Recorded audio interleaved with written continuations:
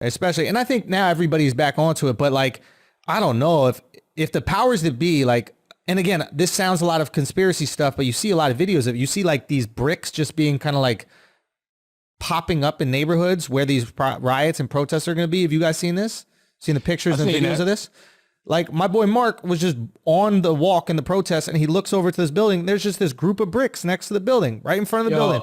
I'm gonna tell you something, man. It's like, what? And like, I'm not saying that's not a conspiracy, Schulz. All I'm simply saying is, as a person who's not born and raised in New York, who got here in 2006, I personally see shit like that all the time. New York is always under fucking construction.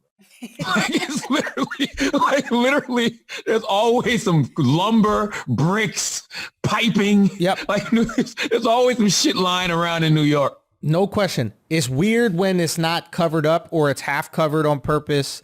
It's weird when they just show up in areas where there doesn't seem to be any construction.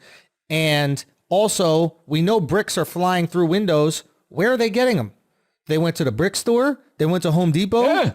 Listen, like who's walking around with a brick in their backpack all day just waiting to throw it into a Louis Vuitton? Listen, all you got to do is Google. Oh, yeah. You saw the video of the dude of the, well, they handed it to the woman, and the black woman chased down the car, was like, yo, stop giving bricks to people. What the fuck are you doing? All I'm saying is the best intentions are often co-opted by bad actors. And if you don't think that there are people out here that are trying to exploit this tragedy, there's a lot of different ways to exploit a tragedy, by the way. Listen, I mean, you got COINTELPRO. COINTELPRO has always existed. COINTELPRO, that's what they do. They're there to disrupt peaceful protests. They're there to disrupt peaceful engagements. That's what they do. But I think, man, what's so different and unique about this situation, this is not one situation. Yes, the brother's name is escaping me. She was in court, right? Big George Floyd, right? Yeah. George Floyd? Yep. Rest in peace, George Floyd. I've been trying to figure out why this particular situation has touched everybody so much, right? And one of my white friends was explaining to me just now, the older white guy, he was like, man, he said, I think it's the fact that it was 9 minutes long. Like, it wasn't like a quick situation where you could think, okay, this guy reacted too soon or reacted too ferociously. Like, this cop literally just sat on this guy for 9 minutes. The guy had his hands in his pockets. He was screaming for his mom. Like, you're looking at that like, yo, this is just stone cold murder. So it touched people in a different way. So of course that's going to make people react, right? On top of everything else that's going on in the world and all the other police killings we saw. But once again, we're forgetting, man, 40 million plus people are out of work. The unemployment rate is about to touch 20%. Yep. People have been sitting home for 3 months, Schulz. They ain't got shit to do. It's like being in fucking high school for 4 years and your parents don't let you go nowhere. It's a pressure cooker, dog. It's a pressure fucking cooker. So are we not paying attention to what's going on in America? Bro, and this is, listen, I don't want to get conspiratorial. I'm just saying when you have a pressure cooker like Corona, when you lock people inside, right? I always look at like who are the people that can benefit the most from a situation, right? Corona, you have people locked inside. Okay. Mm-hmm. Then you have a situation like the Ahmaud Arbery video that drops, right? Yeah, that happened. And that happened in February. That happened in February, but we get the video how much later? Video came out in May. March, April. May. March, April, May. So you got 3 months later we get the video? Well, they had been trying to get the video, but they couldn't find it. And then it's like I don't know if they said that they were floating it around on like the dark web, like those dark web white supremacist sites. Right. Yeah. All I'm saying is like you have this pressure cooker, people are ready to explode. And then the Arbery thing came out, and the Arbery's thing seems as if it was kind of like held and then released later, right? The pressure was built. Maybe they thought, hey, once this Arbery thing comes out, the pressure's built, you're going to have people in the streets rioting. And they didn't. It was actually the George Floyd thing that happens next, and that's what gets the people to fucking explode. And it makes sense. Yeah, I mean, and before that, you had Breonna Taylor. Yeah, exactly. I was going to say 2 more people after that. Right. And yo, not only just Breonna Taylor, like, yo, some cops killed somebody in Louisville this week. Like, I mean, stuff like this happens all the time. Yeah. You know, you never know when you're going to have these watershed moments that capture the hearts of everybody. But that's one aspect of it. You also have all of these unemployed people who don't know where their next fucking meal is coming from. Like, yo, if you can't pay your bills, if you can't pay your rent, if you don't know how you're going to feed your motherfucking kids, bruh, it's only a matter of time before you bug the fuck out. You think you surprised people are looting at a time like this? Right. Really? I was reading this article in the New York Times called The Moral Ambiguity of Looting. And it talks about the 3 levels of looting. And the first level is you loot for food, for survival. The second level is you loot for merchandise to sell, so you have money for survival. And then the third is just rampage and mayhem because you're fucking angry. You're angry that you're in this position, in this situation. And don't discredit the people who are just pissed off at this fucking administration, who are just pissed off at the fact that this administration has put them in this position, the fact that they don't like the energy this administration is giving out. I think it's a perfect storm right now, bro. Yeah, I think when you're looting for food because you have to eat, I don't find it as bad because your ability to make a choice has been removed by the fact that you need to eat something. So it's like, I think in order for something to be truly, truly wrong, you have to make the choice to do it knowing that it's bad. It's like, if I have to feed my kid, I don't have a choice.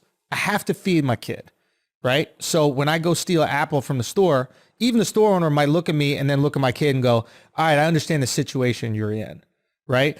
And some could make the argument, might make the argument that like black people are in that situation, right? Black people are in the situation where they don't have a choice, where it's like, not this just is the black, only not thing. just black people. Sure. It's think about all the poor. It's more poor white people in America than black people. Sure. Like poverty is poverty. Sure. The tricky thing with looting, like there's different levels. We were breaking it down. Like there is protesting, right? Peaceful protest. There is rioting, which is like throwing a brick through a window or breaking a window of a thing. Can't be mad at that either. Now here's the thing. With it. Then there's looting.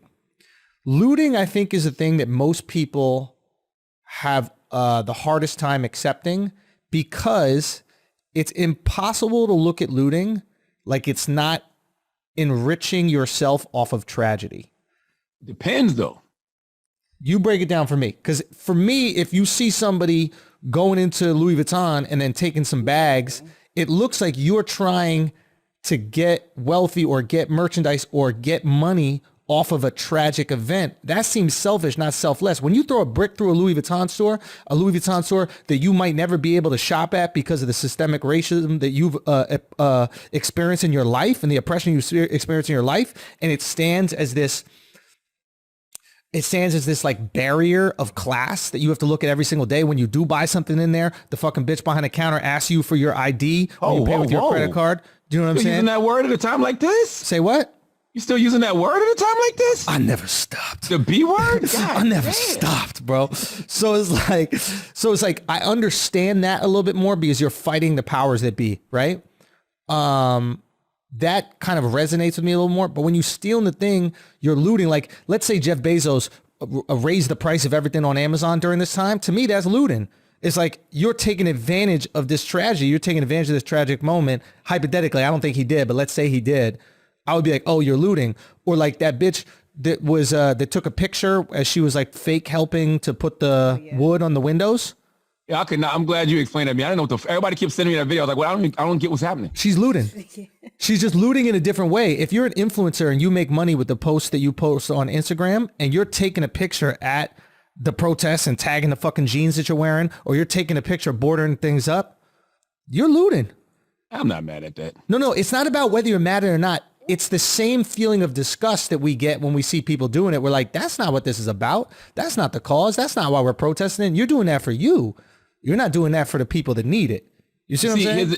No, I get what you're saying. And nothing you're saying is wrong. I just don't think we can generalize because we don't know. Like, what if I break into the Louis Vuitton store because I grab 4 Louis bags because I know I can take them back to the hood and sell them for fucking $1,000 a pop. Now I got $4,000. You know what I'm saying? Or if I'm a person who literally has been one of the have-nots in this country forever. I'm a poor person in this country. This capitalist country has showed me all the luxuries I'm missing out on. Right. The rappers rap about it. The Kardashians wear it. They run commercials for it. I drive past the store all the time and I daydream about having me a goddamn Louis bag. I've been down and out for 3 motherfucking months in my house, depressed. That shit might bring me some joy. And I'm not saying that's right. I'm just saying I can understand the mentality. Yeah, I can understand. I can Like, understand. none I of can it's understand the selfish to me. mentality of somebody like doing something for joy at a time where they're feeling really sad, but I don't think it makes it right. I just think that there are levels to wrong. They tell us about retail therapy, right? They tell the rich about retail therapy. Retail therapy is a form of self-care for the rich. You want to know some real shit that nobody's talking about right now? Yes. When you loot Louis Vuitton and you loot the fucking Gap and you loot Prada and you loot all these stores, right? You got taste. You got taste. No. Real talk. You might be saving them money. These stores are insured for all their glass and all that kind of stuff there, but none of these stores can sell their product right now because of Corona. You can't go into the store, right? So what these places do, what Louis Vuitton does and all these fancy brands, what they do at the end of a season, they burn their clothes. They destroy their clothes.